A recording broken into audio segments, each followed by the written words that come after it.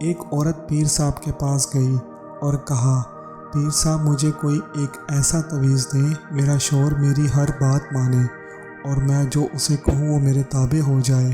پیر صاحب بھی دور اندیش انسان تھے۔ انہوں نے اس عورت کی بات غور سے سنی اور کہا، یہ عمل تو شیر کی گردن کے بال پر ہوگا اور وہ بال تم کو خود اتار کے لے کے آنا ہوگا، تب اثر ہوگا ورنہ کوئی اثر نہیں ہوگا۔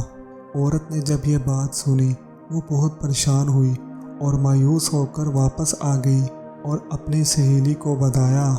ایک سہیلی نے مشورہ دیا کہ کام تو مشکل ہے مگر ناممکن نہیں، تم ایسا کرو روزانہ 5 کلو گوشت لے کر جنگل جایا کرو اور جہاں شیر آتا ہے وہاں ڈال کر چھپ جاؤ۔ کچھ عرصے بعد شیر کے سامنے جا کر ڈالو، وہ گوشت کا عادی ہو جائے گا۔ تم اس کے قریب جا کر گوشت ڈالنا شروع کر دینا اور اس کی گردن پر پیار سے ہاتھ پھیرنا شروع کر دینا، اور جب شیر تم سے مانوس ہو جائے تو گردن سے بال اکھاڑ لینا۔ اس عورت کو بات پسند آئی۔ دوسرے ہی دن اس نے گوشت لیا اور جنگل میں گئی اور گوشت ڈال کے چھپ گئی۔ شیر آیا، گوشت کھایا اور چلا گیا۔ اس عورت نے 1 ماہ تک ایسا ہی کیا۔ 1 ماہ کے بعد شیر کے سامنے جا کر گوشت ڈالنا شروع کر دیا تاکہ شیر کو پتہ چل سکے اس کی خدمت کون کرتا ہے۔ کچھ عرصے بعد شیر بھی عورت سے مانوس ہو گیا تھا۔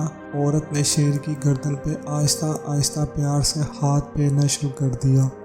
ایک دن عورت نے موقع دیکھ کر شیر کی گردن سے بال اکھاڑا اور خوشی خوشی پیر صاحب کے پاس پہنچ گئی اور پیر صاحب کو دیا اور کہا، میں نے شیر کی گردن سے بال اکھاڑ لیا ہے، اب آپ عمل شروع کریں۔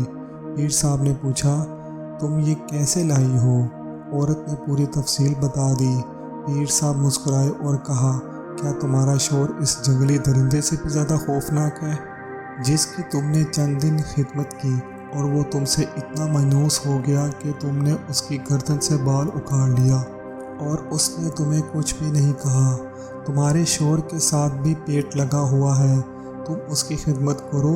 جب جنگلی درندہ خدمت سے اتنا مانوس ہو سکتا ہے تو ایک باشعور انسان بھی آپ کے تابع ہو سکتا ہے۔ دوستو، اس واقعے میں یہ بات ثابت ہوتی ہے کہ محبت اور ہمدردی ایک ایسا جذبہ ہے جس سے کسی بھی انسان کا دل جیتا جا سکتا ہے۔ اگر آپ کو ہماری یہ ویڈیو پسند آئے تو چینل کو سبسکرائب کریں اور ویڈیو کو لائک کریں۔ اپنا بہت سارا خیال رکھیے گا۔ جزاک اللہ۔